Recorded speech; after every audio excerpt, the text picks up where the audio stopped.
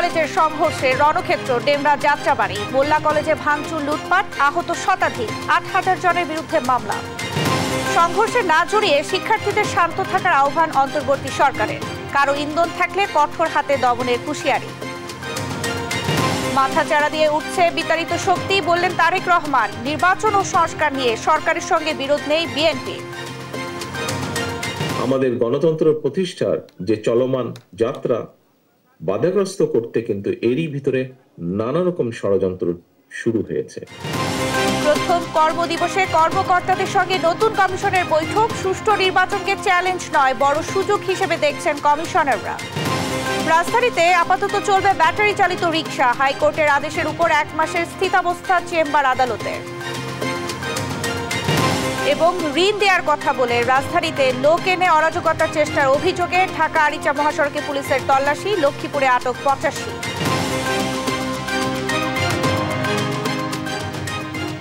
সংবাদ সন্ধ্যায় দেখছিলেন AKSTM টিভির সংবাদ শিরোনাম। সঙ্গে আছি আমি শারমিন নাসি। এবারে বিস্তারিত। কবি নজরুল কলেজ ও সোহরাওয়ার্দী কলেজের পূর্ব ঘোষিত মেগা মান্ডের সংঘাতে রণক্ষেত্র ডেমরা যাত্রাবাড়ি এলাকা। ব্যাপক ভাঙচুর, লুটপাটে ধ্বংসস্তূপে পরিণত হয়েছে মাহবুবুর রহমান মোল্লা কলেজ। দুই পক্ষের সংঘর্ষে আহত শতাধিক শিক্ষক শিক্ষার্থী। বন্ধ হয়ে যায় ঢাকা সিলেট মহাসড়কে যানবাহন চলাচল। পরে পরিস্থিতি নিয়ন্ত্রণে আনে যৌথ বাহিনী। মোতায়েন করা হয় ৬ প্লাটুন বিজিবি। এদিকে সংঘর্ষের ঘটনায় ৮,০০০ জনের বিরুদ্ধে সূত্রাপুর থানায় মামলা করেছে পুলিশ। হাসান মাহমুদ ও ফজলে আদিত্যকে সঙ্গে নিয়ে শিউলি রায়ের রিপোর্ট। ৩ কলেজের শিক্ষার্থীদের সংঘর্ষে রণক্ষেত্রে পরিণত হয় যাত্রাবাড়ি ডেমরা এলাকা। রোববার ভুল চিকিৎসায় অভিজিৎ হালদার নামে এক শিক্ষার্থীর মৃত্যুর ঘটনায় পুরান Dhaka national medical college, Shaheed Suhrawardy college এবং কবি নজরুল কলেজের ব্যাপক ভাঙচুর চালায় মোল্লা কলেজের শিক্ষার্থীরা। এর জেরেই সোমবার পাল্টা হামলা চালায় সোহরাওয়ার্দী ও কবি নজরুলের শিক্ষার্থীরা। পূর্ব ঘোষিত মেগামান্ডের কর্মসূচি অনুযায়ী বেলা ১২টায় যাত্রাবাড়ির ডক্টর মাহবুবুর রহমান মোল্লা কলেজের দিকে অগ্রসর হয় ২ কলেজের শিক্ষার্থীরা।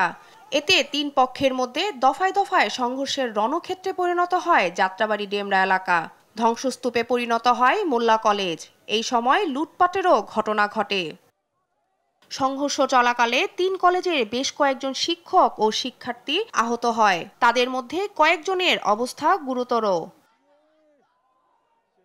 মোল্লা কলেজে শিক্ষক শিক্ষার্থীদের দাবি, আইন শৃঙ্খলা বাহিনীর সাথে বারবার যোগাযোগ করার পরও আশানুরূপ সাড়া মেলেনি। এক পর্যায়ে যৌথ বাহিনীর উপস্থিতি বাড়লে পরিস্থিতি নিয়ন্ত্রণে আসে। ঘটনাস্থল পরিদর্শন করে ঊর্ধ্বতন কর্মকর্তারা। তারা জানান, হামলায় কয়েক কোটি টাকার ক্ষতি হয়েছে। জড়িত সবাইকে আইনের আওতায় আনা হবে। নতুন করে সংঘাত এড়াতে সেনাবাহিনী, পুলিশের পাশাপাশি ৬ প্লাটুন বিজিবি মোতায়েন করা হয়েছে। পরিস্থিতি উন্নতি হলে সড়কের যান চলাচল স্বাভাবিক হয়। শিউলি রায়, দেশ টিভি, ঢাকা। কোনো ধরনের সংঘর্ষে না জড়িয়ে শিক্ষার্থীদের শান্ত থাকার আহ্বান জানিয়েছে অন্তর্বর্তী সরকার। এই সংঘাতের পেছনে কোনো ইন্ধন পাওয়া গেলে কঠোর হাতে দমন করার হুঁশিয়ারি দিয়েছেন প্রধান উপদেষ্টার প্রেস সচিব শফিকুল আলম। সোমবার গণমাধ্যমকে তিনি বলেন, শিক্ষাঙ্গনে অস্থিতিশীল পরিবেশ তৈরির যে কোনো প্রচেষ্টা শক্ত হাতে প্রতিহত করা হবে। এই ব্যাপারে সতর্ক অবস্থানে আছে আইন শৃঙ্খলা বাহিনী।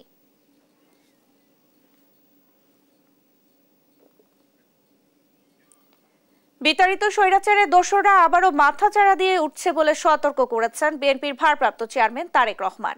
বলেন, নানা ষড়যন্ত্রের মাধ্যমে দেশে অস্থিরতা তৈরি করে গণতন্ত্র নস্যাতের চেষ্টা চলছে। সংস্কার কার্যক্রম নিয়ে অন্তর্বর্তী সরকারের সঙ্গে বিএনপির কোনো বিরোধ নেই বলেও জানান তিনি। বিস্তারিত থাকছে নিয়াজ মোর্শেদের প্রতিবেদনে। সোমবার সকালে জাতীয় প্রেস ক্লাবে ঢাকা সাংবাদিক ইউনিয়নের বার্ষিক সাধারণ সভা অনুষ্ঠিত হয়। সভায় আমন্ত্রিত বিএনপি ও জামায়াতের নেতারা বলেন, পতিত ফ্যাসিস্ট সরকারের আমলে রাষ্ট্রের অন্যান্য প্রতিষ্ঠানের সঙ্গে গণমাধ্যমকেও ফ্যাসিবাদী চরিত্রে রূপান্তর করেছিল। তারা বাংলাদেশ ব্যাংককে নিঃশেষ করে দিবে, সোনালী ব্যাংককে নিঃশেষ করে দিবে। তো এই সমস্ত অপকর্ম ঢাকার জন্যই তাদেরকে টার্গেট করতে হয়, গণমাধ্যম এবং গণমাধ্যমের সাংবাদিকদেরকে। ফ্যাসিস্টরা চতুর্থ স্তম্ভকে আক্রমণ করেছে, তার আগে কিন্তু প্রথম, দ্বিতীয়, তৃতীয় স্তম্ভ খেয়ে ফেলেছে। ওই 3 স্তম্ভ যখন নাই, তখন চতুর্থ স্তম্ভেরা সাহস করে নাই দাঁড়িয়ে থাকার, তারাও বো ডাউন করেছে, যার জন্যই রাষ্ট্র প্রায় পুরোটাই তাদের নিয়ন্ত্রণে চলে গিয়েছিল। বিগত 15 বছর নয় 17 বছর এই দেশের কোটি কোটি মানুষ কি কালো অধ্যায় অতিক্রম করেছে। যে কালো অধ্যায় আমাদের ভোটাধিকার ছিল না, গণতন্ত্র ছিল না, সংবাদপত্রের স্বাধীনতা ছিল না। সবাই ভার্চুয়ালি যুক্ত হয়ে বিএনপির ভারপ্রাপ্ত চেয়ারম্যান তারেক রহমান বলেন, বিতাড়িত স্বৈরাচারের দোসররা আবারও মাথাচাড়া দিয়ে উঠে নানা ষড়যন্ত্রে লিপ্ত হচ্ছে। বিতাড়িত স্বৈরাচার এবং তাদের দোসর চক্র নানা কৌশলে আবারও মাথাচাড়া দিয়ে ওঠার অপচেষ্টা শুরু করেছে। অপশক্তি দেশের ভেতরে এবং বাইরে থেকে বাংলাদেশের পক্ষের শক্তির মধ্যে ভুল বোঝাবুঝি সৃষ্টির পায়তারায় লিপ্ত হয়েছেন। সংস্কার নিয়ে অন্তর্বর্তী সরকারের সঙ্গে বিএনপির কোনো বিরোধ নেই বলেও জানিয়ে দেন তিনি। সংস্কার কার্যক্রম নিয়ে অন্তর্বর্তীকালীন সরকারের সঙ্গে বিএনপির কোনো বিরোধ নেই। সংস্কার আগে নাকি নির্বাচন আগে, যারা এ ধরনের প্রশ্ন তুলে জনমনে বিভ্রান্তি সৃষ্টির অপচেষ্টায় লিপ্ত হয়েছেন, তাদের উদ্দেশ্য কিন্তু ভিন্ন।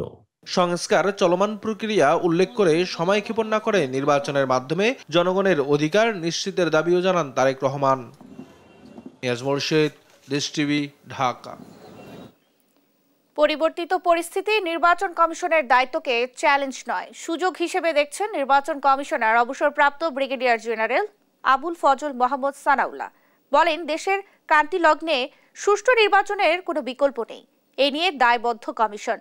দায়িত্ব গ্রহণের পর প্রথম কর্মদিবসে কর্মকর্তাদের সঙ্গে বৈঠক করে এএমএম নাসির উদ্দিনের নতুন কমিশন। বিস্তারিত কায়েস রাহাতের রিপোর্টে। দায়িত্ব গ্রহণের পর প্রথম কার্যদিবসে যথানিয়মে অফিস করলেন নবনিযুক্ত প্রধান নির্বাচন কমিশনার ও 4 নির্বাচন কমিশনার। সোমবার সকালে তাদের উষ্ণ অভ্যর্থনা জানায় কর্মকর্তারা। দীর্ঘ সময় ধরে চলে পরিচিতি ও মতবিনিময় সভা। বৈঠক শেষে সাংবাদিকদের সঙ্গে কথা বলেন নির্বাচন কমিশনার আবুল ফজল মোহাম্মদ সানাউল্লাহ। বলেন, চ্যালেঞ্জ নয়, এই দায়িত্বকে সুযোগ হিসেবে দেখছে নতুন কমিশন। আমরা সমন্বিতভাবে কমিশন মনে করি, মোর দ্যান দ্য চ্যালেঞ্জ আমরা মনে করি এটা একটা অপরচুনিটি। চ্যালেঞ্জ তো অবশ্যই আছে এবং চ্যালেঞ্জ মোকাবেলা করার জন্যই আমরা এখানে আছি। দেশের ক্রান্তি লগ্নে সুষ্ঠু নির্বাচনের বিকল্প নেই জানিয়ে তিনি বলেন, সুষ্ঠু, অবাধ ও নিরপেক্ষ নির্বাচন আয়োজনে ইসি দায়বদ্ধ। আমরা এটাকে অপরচুনিটি ভাবছি এই জন্য, জাতি একটা ক্রান্তি লগ্নে এসে দাঁড়িয়েছে যেখানে আমাদের আর কোনো বিকল্প নেই একটা ভালো নির্বাচন করা ছাড়া। সভায় কর্মকর্তাদের দায়বদ্ধতা তুলে ধরে সততা ও নিষ্ঠার সাথে দায়িত্ব পালনের নির্দেশনা দেন প্রধান নির্বাচন কমিশনার। কায়েস রাহাত, দেশ টিভি, ঢাকা। আন্তর্জাতিক অপরাধ ট্রাইব্যুনাল আইনের সংশোধনীর অধ্যাদেশ জারি করা হয়েছে। রোববার এ সংক্রান্ত অধ্যাদেশ জারি করে আইন মন্ত্রণালয়। এ নিয়ে ব্রিফিংয়ে ট্রাইব্যুনালের প্রসিকিউশন জানায়, এর মাধ্যমে সব পক্ষের ন্যায় বিচার নিশ্চিত করা হয়েছে। এই আইনে 3 বাহিনীর সাথে পুলিশ, র্যাব, এমনকি বিদেশে বসে অপরাধের বিচারও করা যাবে। সাবরিনা মজুমদারের রিপোর্ট। 1973 সালের আইন দিয়ে 2024-এর গণহত্যার বিচার সম্ভব কিনা এ নিয়ে আলোচনার মধ্যেই সংশোধন হলো আন্তর্জাতিক অপরাধ ট্রাইব্যুনাল আইন। বিতর্কিত আইনটিকে যুগোপযোগী ও আন্তর্জাতিক মানসম্মত করতে মতামত নেওয়া হয় আইন বিশেষজ্ঞদের। উপদেষ্টা পরিষদে অনুমোদনের পর রোববার রাতে অধ্যাদেশ জারি করে সরকার। জুলাই গণহত্যার দায়ে দল হিসেবে আওয়ামী লীগের বিচার নিয়ে আলোচনা হলেও শেষ পর্যন্ত সংশোধিত অধ্যাদেশে বিষয়টি রাখা হয়নি। International crimes tribunal amendment ordinance 2024-এর খসড়া নীতিগত ও চূড়ান্ত অনুমোদন হয়েছে। সেখানে বেশ অনেক থ্রেডবেয়ার ডিসকাশন হয়েছে এবং কিছু কিছু বিষয়ে সিদ্ধান্ত হয়েছে। সোমবার নতুন অধ্যাদেশ নিয়ে গণমাধ্যমের সঙ্গে কথা বলেন ট্রাইব্যুনালের প্রসিকিউশন। তারা বলছেন, ত্রুটিপূর্ণ আইন সংশোধনের মাধ্যমে উভয় পক্ষের ন্যায় বিচার নিশ্চিত করা হচ্ছে। আসামি ও রাষ্ট্রপক্ষ চাইলে বার কাউন্সিলের অনুমোদন সাপেক্ষে বিদেশি আইনজীবী নিয়োগেরও বিধান রাখা হয়েছে। এই সংশোধনীতে আন্তর্জাতিক আইনের সাথে সামঞ্জস্য রেখে এবং আসামি এবং ভিকটিম এবং উইটনেসদের সকল প্রকার সুবিধা এটা আন্তর্জাতিক মান করার জন্য সরকার এটিকে গতকালকে সংশোধন করেছেন। এই আইনের যে সকল লুফলস এবং লেকুনা ছিল এবং আন্তর্জাতিকভাবে যে প্রশ্নগুলো এই আইন সম্পর্কে তোলা হতো সেই সকল প্রশ্নকে মিট আপ করে এই সংশোধনটা করা হয়েছে ন্যায় বিচারের স্বার্থে এবং আন্তর্জাতিক স্ট্যান্ডার্ডকে বজায় রেখে। বিদেশ থেকে কেউ অপরাধ করলে কিংবা আইন শৃঙ্খলা রক্ষাকারী বাহিনী, গোয়েন্দা সংস্থা অপরাধে জড়ালেও বিচার করা যাবে এই অধ্যাদেশে। ভুক্তভোগীদের ক্ষতিপূরণ দেওয়ার আদেশ দিতে পারবে ট্রাইব্যুনাল। আইন শৃঙ্খলা বাহিনীর ব্যাপারে আগে ছিল যে কোনো আর্মড ফোর্সের এগেইনস্টে এখানে ট্রায়াল করা যাবে, কোনো member of the armed force. সেই শব্দটা এখন পরিবর্তন করে ওখানে member of the disciplinary force, disciplinary ফোর্সের মধ্যে 3 বাহিনীর সাথে পুলিশ, র্যাব বা বিজিবি এবং কোনো গোয়েন্দা সংস্থা সহ আনসার বাহিনীকেও এখানে যুক্ত করা হয়েছে। এই আইনের অধীনে কোনো কম্পেনসেশন বা ক্ষতিপূরণ দেওয়ার কোনো বিধান ছিল না, সেটা এখন এই আইনে রাখা হয়েছে। পাশাপাশি জাতিসংঘের বিভিন্ন সংস্থা, আন্তর্জাতিক মানবাধিকার সংগঠনগুলোর বিচার পর্যবেক্ষণের অধিকারও নিশ্চিত করা হয়েছে নতুন অধ্যাদেশে। সাবরিনা মজুমদার, দেশ টিভি, ঢাকা।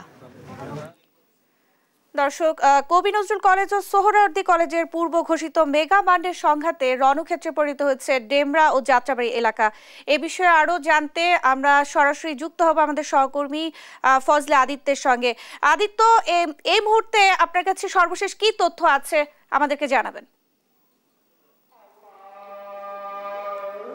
জি, যেমনটি বলছিলেন যে 2-3 কলেজের যে সংঘর্ষ, সেই সংঘর্ষ কিন্তু এখন আপাতত একটু স্থবির হয়ে রয়েছে এই জায়গাটি, এবং এর পাশাপাশি কিন্তু এখানে আইন শৃঙ্খলার যে তৎপরতা সেটি কিন্তু বাড়ানো হয়েছে। আপনাদের দর্শকদের সুবিধার্থে একটু দেখাতে চাই যে এখানটায় কিন্তু বেশ কিছু আইন শৃঙ্খলা বাহিনী রয়েছে, এবং এর পাশাপাশি কিন্তু দফায় দফায় যে সংঘর্ষ হয়েছিল সেই সকালের দফায় দফায় সংঘর্ষ কিন্তু নিয়ন্ত্রণের জন্য যৌথ বাহিনী কিন্তু তারা কিন্তু তাদের পরিধি যখন বৃদ্ধি করে তখন কিন্তু এখানকার যে আন্দোলনরত শিক্ষার্থীরা অথবা যে যারা সংঘাতে জড়িয়েছিল তারা কিন্তু ইতিমধ্যে স্থানটি ত্যাগ করেছেন। আপনাকে একটু দেখাতে চাই যে এই ভবনটি অর্থাৎ মাহবুবুর রহমান মোল্লা কলেজের সামনেই কিন্তু এখন আইন শৃঙ্খলা বাহিনীর বেশ কিছু গাড়ি রয়েছে, সেনাবাহিনীর পাশাপাশি বিজিবিও মোতায়েন করা হয়েছে।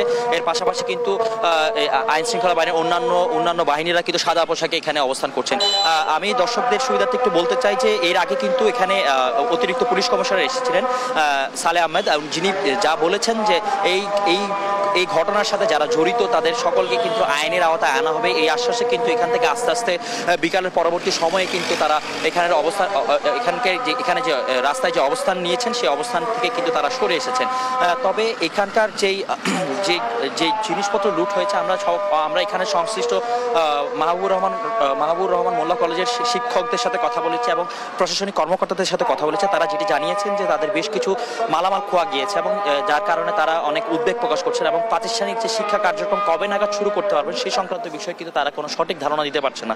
এর আগে কিন্তু আমরা দেখিয়েছি যে এই কলেজটির সামনে কিন্তু এই কলেজটির ভিতরের অংশে আমরা দেখিয়েছি। এখন আমরা যে স্থানটিতে আছি সেটা মূলত কলেজের মেইন ফটক, এবং মেইন ফটকের সামনে আমরা কিন্তু অবস্থান করছি এবং দর্শকদের দেখিয়েছি আমরা ইতিপূর্বে যে কলেজের ভিতরের যে ধ্বংসাবশেষ, সেই ধ্বংসাবশেষ সম্পর্কে আমরা বিস্তারিত ইতিপূর্বে দেখিয়েছি। এবং এখন কিন্তু এই সড়কে কিন্তু ইতিপূর্বে কিন্তু যান চলাচল ছিল না, এবং পরবর্তীতে আইন শৃঙ্খলা বাহিনী তৎপরতা বাড়ার পর এবং অতিরিক্ত পুলিশ কমিশনার কথা বলার পর, অর্থাৎ তারা যে আশ্বাস দিয়েছেন যে তাদের সকলকে আইনের আওতায় আনা হবে আগামী 24 ঘন্টার মধ্যে, যারা এই সমস্ত সংঘাতের সাথে জড়িত তাদের সকলকে কিন্তু আইনের আওতায় আনা হবে, এই আশ্বাসে কিন্তু এখানে যারা শিক্ষার্থীরা রয়েছিল এবং এখানকার যে বাসিন্দারা রয়েছিলেন তারা কিন্তু এই সড়ক অবরোধ থেকে সরে এসেছে, এবং এই সড়কে কিন্তু যান চলাচল স্বাভাবিক আস্তে আস্তে হয়ে উঠেছে। এখন পর্যন্ত কিন্তু এখানে বেশ কিছু সেনা মোতায়েন করা হয়েছে, এর পাশাপাশি কিন্তু বিজিবি, পুলিশ এবং সাদা পোশাক আইন শৃঙ্খলা বাহিনী কাজ করছে।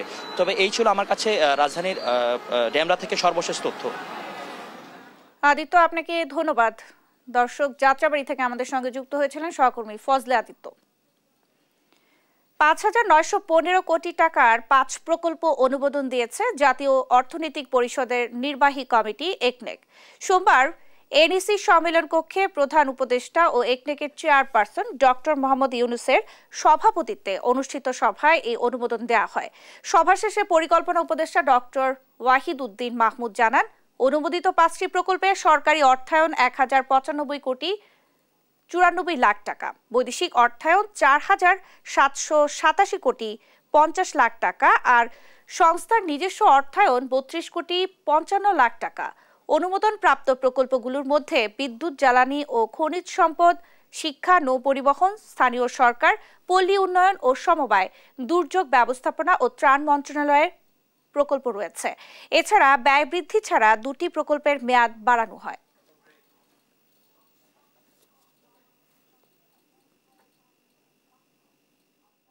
ব্যাটারি চালিত রিকশা বন্ধে হাইকোর্টের আদেশের উপর 1 মাসের স্থিতাবস্থা জারি করেছেন চেম্বার আদালত। এতে রাজধানীর সড়কে চলতে বাধা নেই ব্যাটারি চালিত রিকশার। চালকদের সঙ্গে বৈঠক করে আদালতের নির্দেশনা মেনে কাজ করার আশ্বাস দিয়েছে ডিএমপি। সাবিনা মজুমদারের প্রতিবেদন। রাজধানীতে ব্যাটারি চালিত রিকশা বন্ধে হাইকোর্টে হওয়া রিটের প্রেক্ষিতে গত 19 নভেম্বর এসব যান চলাচল বন্ধে আদেশ দেয় সর্বোচ্চ আদালত। এই আদেশ স্থগিতের দাবিতে পরদিন 20 নভেম্বর থেকে রাজধানীর সড়কে আন্দোলনে নামে চালকরা। নগরীর বিভিন্ন এলাকায় বিক্ষোভ ও সড়ক অবরোধ করেন তারা। সোমবার ব্যাটারি চালিত রিকশা বন্ধে হাইকোর্টের আদেশের বিরুদ্ধে আবেদন করেন রাষ্ট্রপক্ষ। শুনানিতে রাষ্ট্রপক্ষ বলেন, হাইকোর্টের একটি আদেশের ফলে লাখ লাখ মানুষের বন্ধ হয়ে গেছে রুটি রুজি। সেই সাথে ব্যাটারি চালিত রিকশা কিভাবে রাজধানীর সড়কে চলতে পারে সে বিষয়ে নীতিমালা তৈরিতে সরকারের সাথে কথা বলবেন বলেও জানান রাষ্ট্রপক্ষ। একটা পূর্ণাঙ্গ বিধি তৈরি করে যে এই রিকশাগুলো কিভাবে চলবে, কোথায় কোথায় চলবে এই বিষয়ের উপর। না, যেহেতু আসলে এগুলো চলছে এবং অনেক দিন ধরে এগুলা চলছে, তো হঠাৎ করে বন্ধ করে দিলে অনেকেই ক্ষতিগ্রস্ত হবেন, অনেক ফ্যামিলি ক্ষতিগ্রস্ত হবেন বলে মাননীয় অ্যাটর্নি জেনারেল উনি বক্তব্য রেখেছেন মাননীয় আদালতের সামনে। পরে শুনানি শেষে আদালত ব্যাটারি চালিত রিকশা বন্ধে হাইকোর্টের আদেশের উপর 1 মাসের স্থিতাবস্থা জারির পাশাপাশি রুল নিষ্পত্তির নির্দেশ দিয়েছেন। মাননীয় চেম্বার বিচারপতি আজকে হাইকোর্টের আদেশের উপর স্থিতাবস্থা বজায়ের জন্য নির্দেশনা দিয়েছেন এবং 1 মাসের মধ্যে হাইকোর্টের রুলটি নিষ্পত্তির জন্য নির্দেশনা দিয়েছেন। যারা ব্যাটারি চালিত রিকশা চালাচ্ছে, বিগত 3 মাস ধরে আমরা দেখছি যে ঢাকার সড়কগুলোতে যত্রতত্র রিকশা চলছে।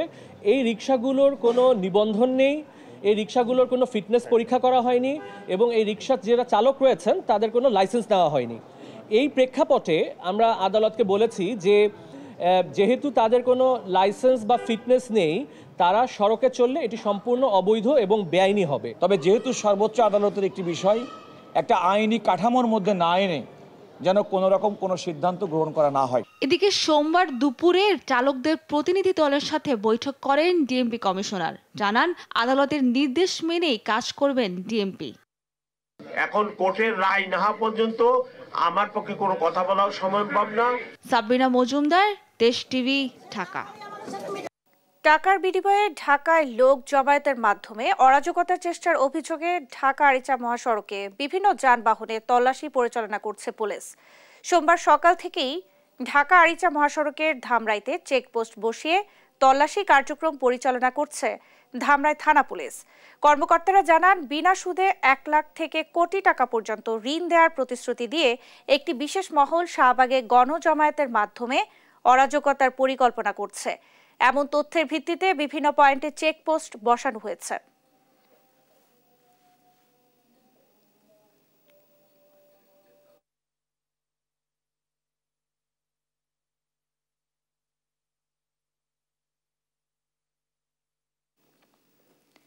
সুদমুক্ত ঋণ দেওয়ার কথা বলে ঢাকায় সমাবেশে নেওয়ার পথে 85 জনকে আটক করেছে লক্ষ্মীপুর পুলিশ। পুলিশ জানায়, লক্ষ্মীপুর জেলার বিভিন্ন এলাকা থেকে নিরীহ মানুষদেরকে মিথ্যা প্রলোভন দিয়ে ঢাকায় সমাবেশে নেওয়া হচ্ছিল।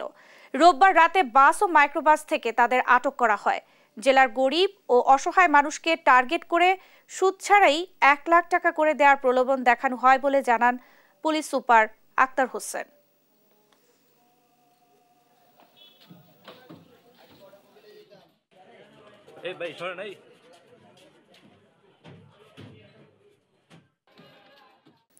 ঐতিহাসিক জামা মসজিদের সমীক্ষাকে কেন্দ্র করে স্থানীয় ও পুলিশের দফায় দফায় সংঘর্ষে রণক্ষেত্র ভারতের উত্তরপ্রদেশ। প্রাণ গেছে অন্তত 4 জনের, আহত আরো অনেকে। এই ঘটনায় মোদী সরকারকে কাঠগড়ায় তুলেছেন বিরোধী নেতা অখিলেশ যাদব।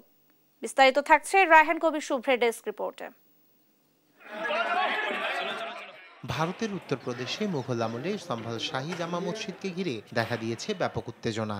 মসজিদটি যেখানে নির্মিত সেখানে আগে মন্দির ছিল এমন দাবি করে আদালতের দ্বারস্থ হয়েছিলেন কট্টর হিন্দুত্ববাদী বেশ কয়েকজন ব্যক্তি।